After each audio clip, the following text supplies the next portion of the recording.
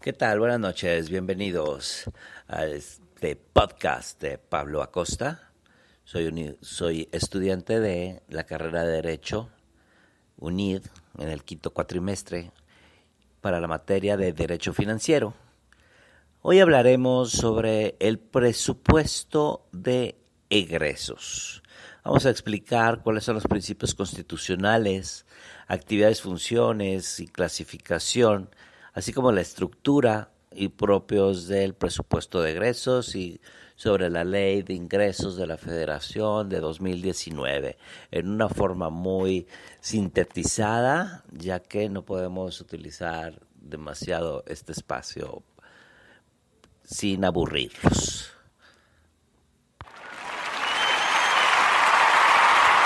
El presupuesto de egresos especifica el monto y destino de recursos económicos que el gobierno requiere durante un año para obtener los resultados comprometidos y demandados por los diversos sectores de la sociedad. En suma, es el documento jurídico y financiero que establece las erogaciones que realiza el gobierno federal entre el 1 de enero y el 31 de diciembre cada año y se fundamenta en principios constitucionales que norman su formulación, establecimiento y aplicación. Como principio constitucional encontramos en el artículo 73, fracción 24, como una facultad del Congreso para expedir las leyes que regulen la organización y las facultades de la Auditoría Superior de la Federación y las demás que normen la gestión y control e evaluación de los poderes de la Unión y de los entes públicos federales. Los vamos a mencionar un poquito más adelante. Así como para expedir la ley general que establezca las bases de coordinación del Sistema Nacional Anticorrupción, a la que se refiere el artículo 113. Ergo, el artículo 74, fracción cuarta, como facultad exclusiva de la Cámara de Diputados, menciona que aprobar anualmente el presupuesto de egresos de la Federación, previo examen y discusión y, en su caso, modificación del proyecto enviado por el Ejecutivo Federal, una vez aprobadas las contribuciones que a su juicio deben decretarse para cubrirlo. Asimismo, podrá autorizar en dicho presupuesto que las erogaciones plurianuales para aquellos proyectos de inversión en infraestructura que se determinen conforme a lo dispuesto en la ley reglamentaria. Las erogaciones correspondientes deberán incluirse en los subsecuentes presupuestos de egresos.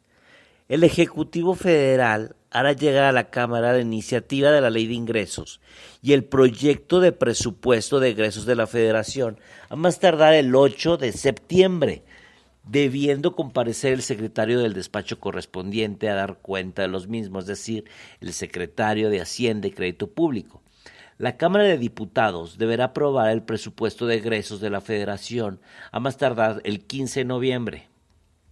Cuando inicie su cargo en la fecha prevista por el artículo 83, el Ejecutivo Federal hará llegar a la Cámara la iniciativa de la Ley de Ingresos y el proyecto de presupuesto de egresos de la Federación a más tardar el día 15 de noviembre. Es decir, que puede entregarlo antes, pero muy probable que siempre lo entregan el 15 de noviembre a las 11:59. También se establece que no podrá haber, y ojo, no podrá haber otras partidas secretas fuera de las que se consideren necesarias. Es decir, sí puede haber alguna partida secreta siempre y cuando sea necesaria. Con este carácter, en el mismo presupuesto, las que emplearán los secretarios por acuerdo estricto del presidente de la República, solo se podrá ampliar el plazo de presentación de la iniciativa de la Ley de Ingresos y el proyecto de presupuestos de egresos cuando medie solicitud del Ejecutivo suficientemente justificada a juicio de la Cámara o de la Comisión Permanente, debiendo comparecer en todo caso el secretario del despacho correspondiente a informar de las razones que lo motiven. O sea, sí se puede, pero nada más fundamentamelo. ¿Por qué? ¿Por qué nos vamos a retrasar con eso? Ahora, el artículo 126 constitucional dice que no podrá hacerse pago alguno que no esté comprendido en el presupuesto o determinado por ley posterior. No se puede hacer pago alguno que no esté comprendido en el presupuesto, pero siempre pasa que el presupuesto programado y el presupuesto ejercido no coinciden. Esto es digno de investigarse todo el tiempo. Así es. Porque ¿de qué te sirve tener un presupuesto programado si le vas a quitar recursos y luego lo vas a meter a otro lado? En el artículo 134, los recursos económicos de los que dispongan la Federación, las entidades federativas, los municipios y las demarcaciones territoriales de la Ciudad de México se administrarán con eficiencia, eficacia, economía, transparencia y honradez para satisfacer los objetivos a los que están destinados. Los resultados del ejercicio de dichos recursos son evaluados por las instancias técnicas que establezcan respectivamente. La Federación y las entidades federativas, o sea, los estados, con el objeto de propiciar que los recursos económicos se asignen a los respectivos presupuestos en los términos del párrafo precedente. Así es como dice.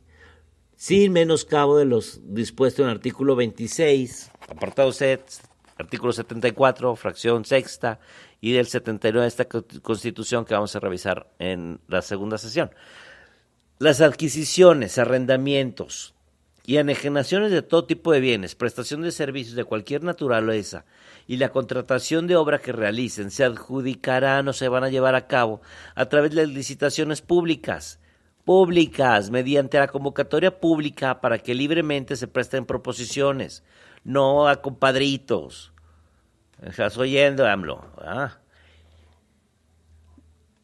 Se hacen en sobres cerrados, a fin de asegurar que el Estado, en las mejores condiciones disponibles en cuanto a precio, calidad, financiamiento, oportunidad y demás circunstancias pertinentes, cuando las licitaciones a las que se hace referencia no sean idóneas para asegurar dichas condiciones, las leyes establecen las bases, procedimientos, reglas y requisitos, además de los elementos para acreditar la economía, eficacia, eficiencia, imparcialidad y honradez que aseguran las mejores condiciones para el Estado.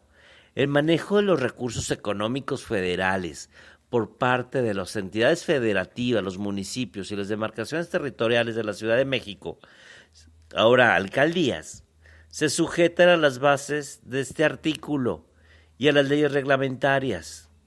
La evaluación sobre el ejercicio de dichos recursos se realiza por las instancias técnicas de las entidades federativas a las que se refiere este artículo. Ahora, el presupuesto de egresos tiene y marca un asunto de un marco jurídico muy amplio. Hablamos de la Constitución Política, hablamos de la Ley Orgánica de Administración Pública Federal, la Ley de Planeación, la Ley de Federales la Ley Federal de Entidades Paraestatales, Reglamento de la Ley Federal de Entidades Paraestatales, la Ley de Deuda Pública, la Ley de Adquisiciones y Obras Públicas. ¿Ok? Ese es el marco jurídico. Por otra parte, para tener un presupuesto de egresos, bueno, pues lo primero que tenemos que tener revisado es de dónde va a ser la fuente de los ingresos para gastar ese dinero. Y obviamente las dos principales fuentes tributarias es el impuesto sobre la renta, que pagan tanto las empresas como las personas por concepto de ingresos, y el impuesto al valor agregado, el IVA, el cual es el impuesto que pagamos cada vez que compramos un producto y grava todo el valor que se le agrega a una mercancía en el proceso de producción. El gobierno también obtiene recursos a través de los bienes y servicios que genera, por ejemplo, las ventas de petróleo, que no son poquitas. Y otra fracción del gasto es la deuda que contrae el gobierno, que puede ser mediante créditos financieros, créditos fiscales.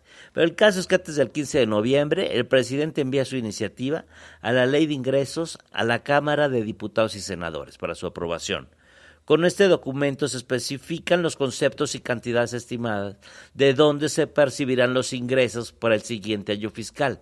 Las fechas del proceso son que de febrero a agosto el gobierno elabora la estructura programática. De junio a agosto se lleva a cabo la preparación preliminar del presupuesto. De julio a agosto se determinan las referencias de gastos preliminares. En agosto se determinan los techos financieros para el gasto de cada programa, proyecto, entidad o dependencia. Y en septiembre se formula y se integra el proyecto de egresos de la Federación para presentarlo el día 8, como siempre, hasta el final, ¿verdad? Pero bueno, se presenta. ¿Y qué tenemos para 2019? La Ley de Iniciativa de Ingresos contempla que el próximo año, gracias al cobro de impuestos, el gobierno obtendrá un total de 3.28 billones de pesos. Este monto es muy parecido al que el gobierno esperaba recaudar al término de 2018, que era 3.07 billones de pesos. Así, a diferencia de otros ejercicios fiscales en 2019, el gobierno prevé recaudar un monto mayor a lo realmente recaudado en el ejercicio previo anterior. Esperemos que no se lo lleven. Lo que significa que en esta ocasión el gobierno federal no está subestimando sus ingresos tributarios. Una estimación realista de los ingresos es beneficiosa para nuestras finanzas públicas, siempre que no se lo lleven, ya que disminuye el margen de ingresos excedentes, los que se reciben más allá de lo estimado, y por lo tanto se reduce el monto de los recursos que suelen ejercerse de manera opaca y discrecional. Además, de acuerdo con la exposición de motivos del paquete económico, desde el 1 de enero se crea un estímulo fiscal en la franja fronteriza, nada más en la norte, que consistirá en reducir el IVA del 16% al 8% y el ICR empresarial del 30 al 20%, según las estimaciones de la Secretaría de Hacienda. El costo de reducir impuestos en la zona fronteriza será de 19.600 millones de pesos para el IVA y 22.600 millones de pesos para el ISR. Además, según dicha dependencia, los estímulos fiscales consideran el establecimiento de condiciones estrictas para que las personas que reciben directamente el estímulo y evitar indirectos y abusos por parte de los contribuyentes. Pero ojo, no te quedes sentado en tu casa esperando a que te hagan esa reducción de impuestos. Tienes que aplicar para ella y hay ciertas reglas con fundamento en la Ley Orgánica de la Administración Pública Federal, en el Código Fiscal de la Federación, en la Ley de Servicio de Administración Tributaria, en el Reglamento Interior de del Servicio de Administración Tributaria, y resuelve la fecha de aplicación y la derogación del estímulo fiscal del IVA en la región fronteriza norte a contribuyentes que se le hubiera condonado algún crédito fiscal. Es decir, si tú ya tenías un crédito fiscal, es muy, muy probable, de hecho es imposible que te puedas aplicar para esa reducción.